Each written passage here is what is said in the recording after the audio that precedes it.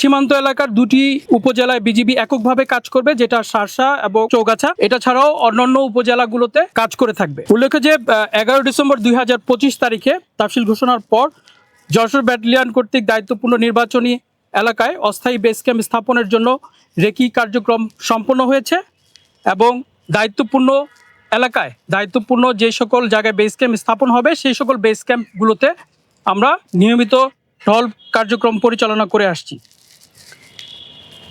মোতায়েনের পর থেকে 3টি জেলায় গুরুত্বপূর্ণ 70টি স্থানে আমরা অস্থায়ী চেকপোস্ট এবং তল্লাশি কার্যক্রম পরিচালনা করছি এবং ভোট কেন্দ্র নিরাপত্তা টহলের মাধ্যমে ভোট কেন্দ্রে রেকি কার্যক্রম সম্পন্ন করেছি।